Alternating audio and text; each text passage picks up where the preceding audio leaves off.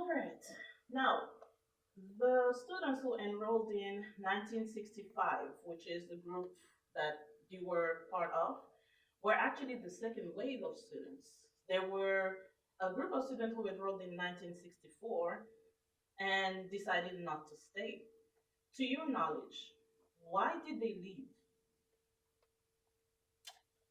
I actually never met any of those students, so I have no idea why they left.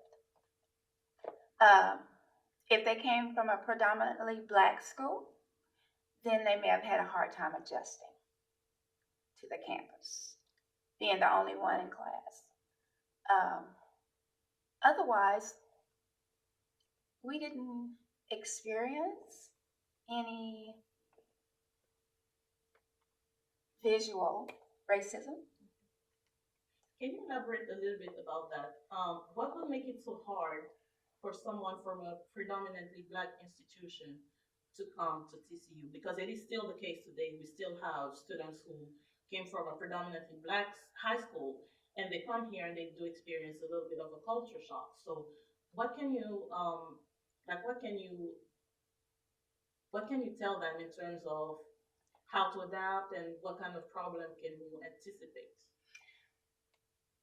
I actually think that, once you have the students, you've recruited the students, you brought them on campus, you need to provide support for them to help them bridge the gap. Because otherwise, they're just left out there. They don't know how to deal with whatever they feel is a problem. Uh, so they need to be mentored, especially, I would say, the first 2 years, because that third year is when you really you have to make a decision that you are going to continue on, because it can become frustrating sometimes. Um, for example,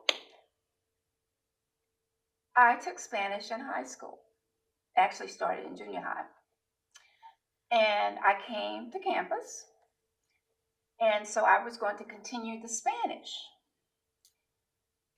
I got very, very frustrated, so I actually failed that course.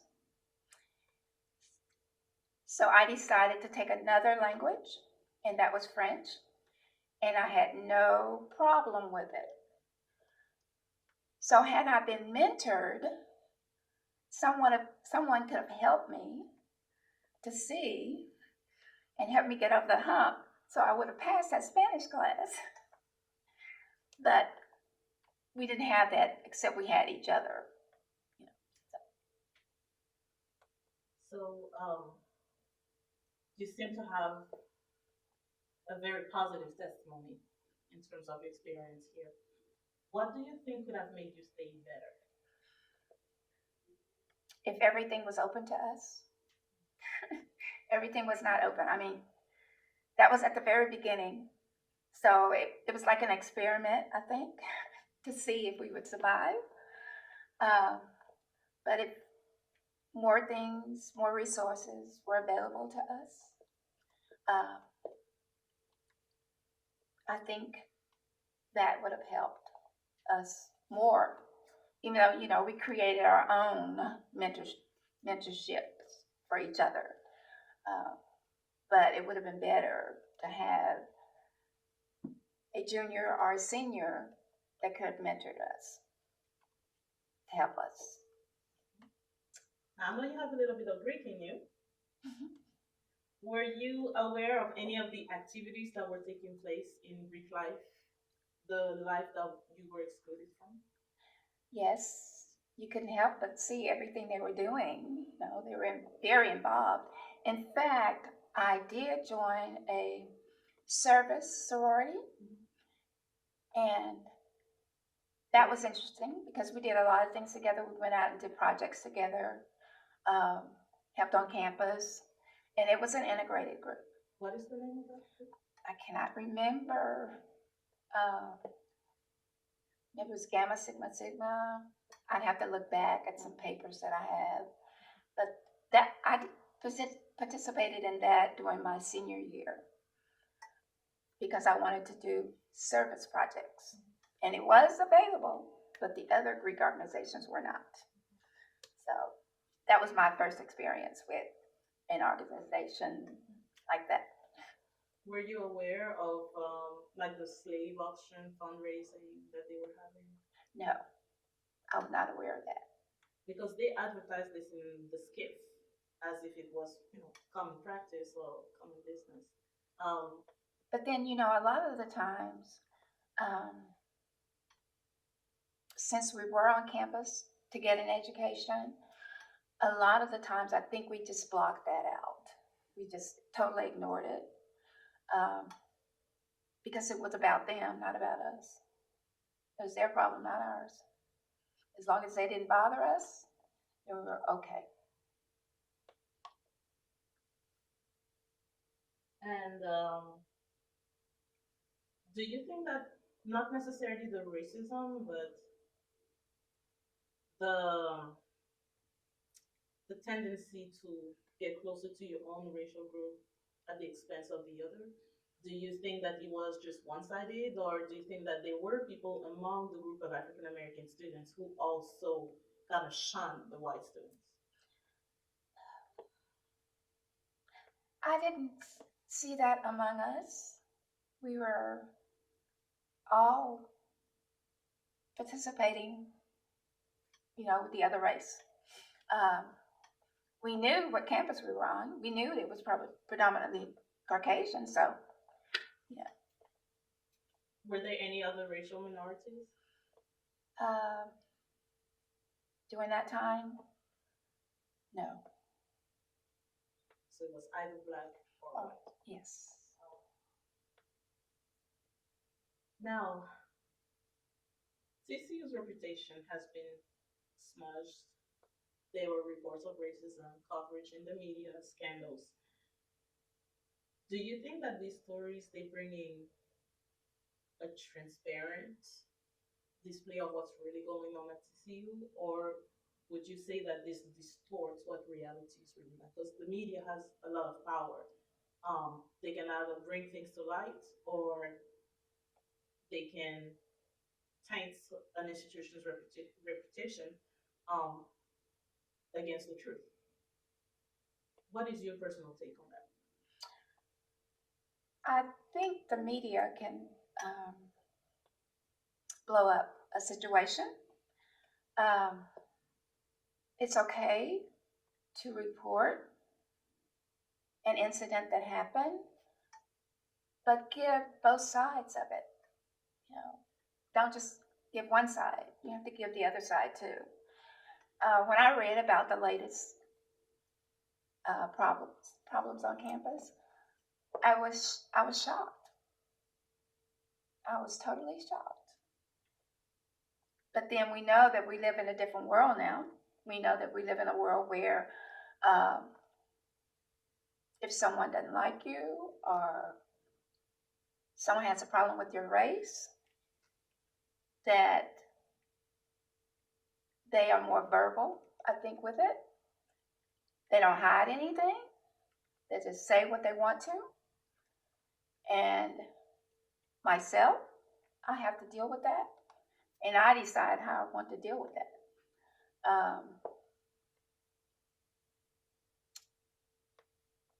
I think that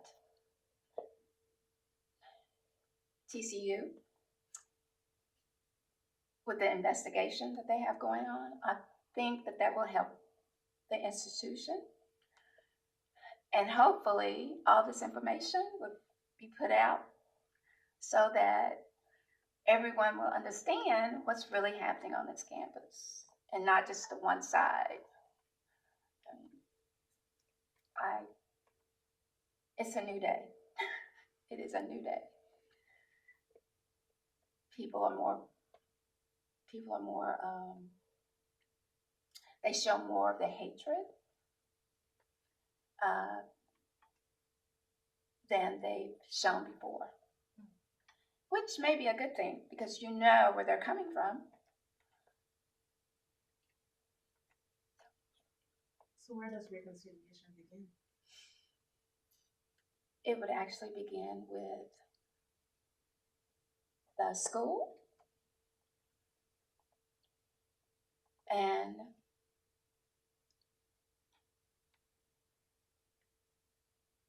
the races on campus. That everybody needs to be treated equal and hear each other's views on different things. And that's the only way it would work. You can't just close your ears to what someone is saying. You have to listen, research, and come up with your own answer. Well, thank you. Before we go, I want to hear a little bit more. I'm going to take us back, and I know it's not in order, but some very interesting things were said during the break, and I think that they just need to be heard by more than just us. So, can you tell us a little bit more about how your family supported you and just your entourage and how that could help someone else who is going through a similar situation.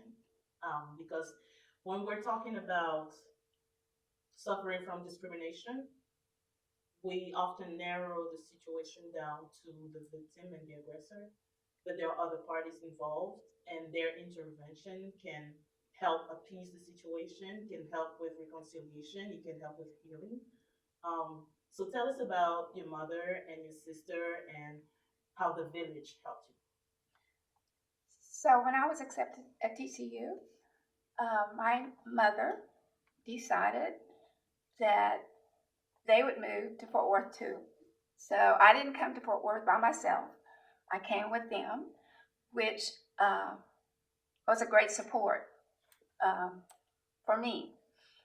Therefore, I did not stay on campus, so I didn't have the campus experience, which was not important to me because I knew that I was the type of student who needed to have absolute quiet when I was studying. So at home, I had that quiet, but I also had, my sister and my mom there to support me with whatever I wanted to do. And how did your sister fare with her own academics? That is interesting. My sister came from an integrated school to Fort Worth. Fort Worth was not integrated. Their school system was not integrated. They did not integrate the school until my second year of teaching in Fort Worth. So that was in the 70s. And at that point, they basically integrated the teachers first and then the students. But my sister, the experience from coming from an all black school, well, from an integrated school to an all black school, was a challenge for her because they had this, I don't want to call it, they had this rule when you're a senior and they have to decide the valedictorian and the salutatorian. My sister was actually the valedictorian, but because she was not here X number of years, then she did not get that recognition. She was able, I guess this would be like appeasing us. She did get a full scholarship to Wiley College. So that was good because remember, my mother is the one that's supporting us. And so that helped with her college education. And did you come from a background where your family members had high education level? Yes, I did. My mom did not go to college. My dad did, but he went to Prairie View. But I think it was his second year of college that he developed rheumatic fever, and then he developed rheumatic heart problems. So he did not finish, but his brother did. His older brother did. My great grandmother on my father's side, she had a degree in home economics, and then all of her siblings had college education. So, of course, from the very beginning, it was emphasized that you are going to college. It's not That's an the way option. that you can make it. Right. So there was no doubt, no doubt about it. My sister she started out at Wiley. She got married, and then she finished in California at Loyola Marymount with a business degree. My brother, who he graduated in 1962, he went into the service. He was in Vietnam. When he got out of the service, he used his GI Bill to go to college, and he was able to get his master's degree. My sister has hers too. Yep. So we had support. We were not the first generation to go to college. And tell me a little bit about your career in education after TCU. Okay, after TCU, I became an instructor, teacher for Fort Worth ISD. That's a big change from wanting to be a veterinarian. I know. I couldn't go to Tuskegee, so I came to TCU. I majored in math and majored in music. My junior year, I started having visual problems. We found out that I had a lazy eye, so I had to take visual therapy and all that. So concentrating on numbers and on notes, it was a struggle. So I talked to my dean, and we decided that I would major in English and minor in history, and actually it was a double major. So that's how that changed. It's not that I still wish I would have been able to become a vet.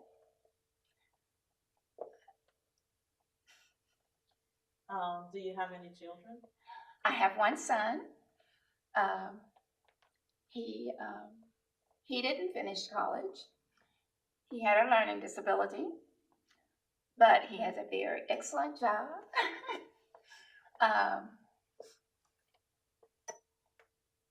His father, I married him after I finished college, but we divorced later. And then I married again in 1989. And my husband passed away from a brain tumor in 2012.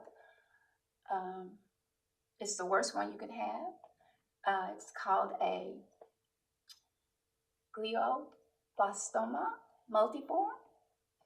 And by the time they diagnosed that, because this tumor is so smart, there was only one chemo pill that they could give him and radiation.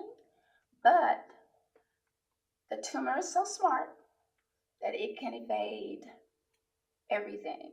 So in the end, what you end up doing is having brain surgery, radiation, chemo. Tumor comes back, brain surgery, radiation, chemo. And I met several people in the support group that I attended that did do that. But my husband opted not to do that. So he donated his body to science so they could find out, how did it come about? Because he was never sick. He was never sick at all.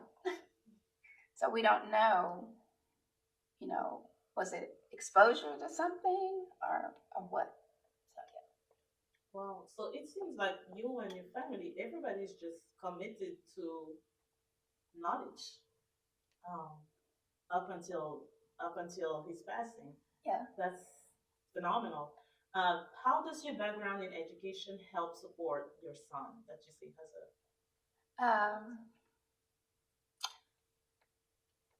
When I found out that he had the problem, I was able to send him to a special school that taught him techniques, how to deal with his disability. And he did go to college. He went to college for 3 years. But I think he became very frustrated because he did, fairly well the first and second year. But that third year,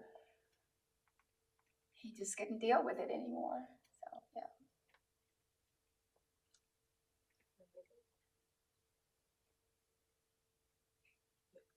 Oh, actually, I do have a question. You mentioned that when you were a student here, you joined a sorority in the community. Can you speak a little bit more about that sorority? Is that the It same was sorority? actually on It campus. was on campus. Uh-huh. Okay, it was the same service sorority from your senior year? Or was it a different sorority? It was the same one from It was my the same senior one. year. I didn't join the Deltas until later, much later, Hmm. Okay. as a graduate, graduate chapter. Okay. Yeah, Because I heard you mention red is your color when you walked in. Right. So, right. and when you were wearing the pink, I was thinking AKA, but then, No, okay, so that makes red is sense. my color. Red is my color. I caught that. I do have one more question. Being that your family, you come from a long line of educated people, and I find it really interesting, being that it's the South, that time period as well. You said that was it your grandmother and all of her siblings went to college? Mhm. Where does that spark, or who pushed that in your family? Because what time period are we talking about with your grandmother and her siblings all going to college? Oh, wow. It would be the early 19, 1920, 1930. So that means that if they're going to college in 1920, they were born the late 1800s, Mm-hmm. maybe. Who pushed them? Like where does that? I don't know if you got stories passed down to you, but where does that drive come from? That couple years after emancipation, like we're looking at 30 years after emancipation, that these siblings who were born, all of them go to college, the highest level of education. So that means that their grandparents did not have that opportunity. Their parents probably did not have that opportunity. So where did that drive come from them, which was obviously passed down to you? I would say my great grandfather. Uh, he emphasized education all the time, and from that, the siblings got their education, and then uh, his grandchildren got an education, and then it was left to us. So that was the spark. Do you think that spark motivated you through TCU? That like while you were at TCU at times, did you kind of revert back to that village that you come from, knowing what those people went through, knowing what those people accomplished, kind of help push you as well? Yes, I think so. Um, there was no doubt. I mean, you knew that from the very beginning. There was no doubt that you were not going to get a college education. And there was nothing that was going to stand in the way. In fact, I did not I did not get married until after I graduated from college. I mean, that was determined. Now, my sister, being the baby, she got married before that. Anyway, she did complete her degree. So, yes, it's important to have that support. And one last question. I know that you mentioned that your father attended Prairie View, and given that time period, I'm assuming that your grandmother and her siblings also attended HBCUs. Yes, Okay. So would you be the first one in your family to go to a predominantly white institution that attended college? my cousin, my great aunt's son, he went to UT Austin. Um, so I would say he was the first one. Then I was second. How was your family receptive to you going to a predominantly white institution, being that you had a long legacy of HBCU students and grads? They didn't have a problem with it. The main person I had to look at is my is my grandmother. Mm. Um, she didn't have a problem with it. As long as she didn't have a problem with it, I was good to go. That's why I didn't go to Tuskegee because of her. My She didn't. family, do you have a special standing in the community, or was it particularly prestigious for you to have attended TCU compared to other institutions? Yes, it was. So people looked up to you. Yes, they did. But it was not important to me. That wasn't what it was about. That was just a sidebar. You were asking me about my career. After I left Fort Worth ISD,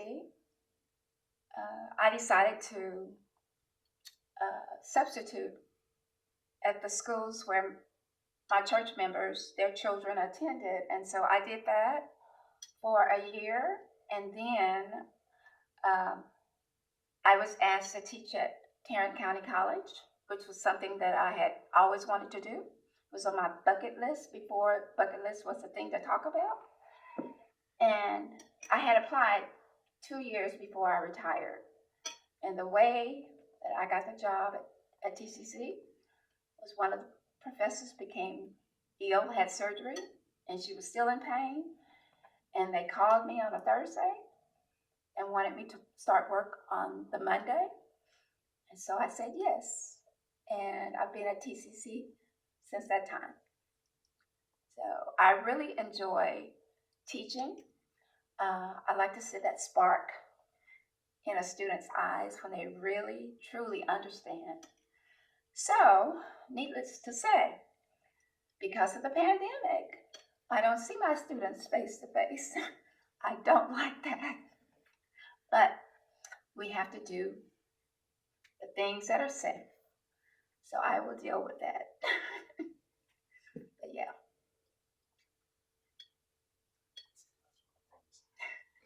But when you said that you enjoy seeing the sparks on students' faces when they understand, what would be some advice you would give current Black students for them to understand the legacy that they are part of being a Black student here at TCU? Maybe some words of encouragement or some advice that you would want to bestow upon them. I guess my encouragement would be to take advantage of everything that TCU offers you. If you need help, ask for help. There's nothing wrong with asking for help. That will help you go along your career path,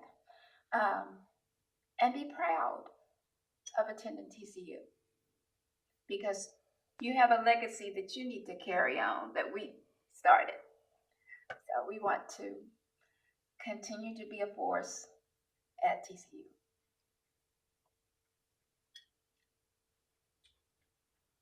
Well, thank you, Mrs. Lillian Warner.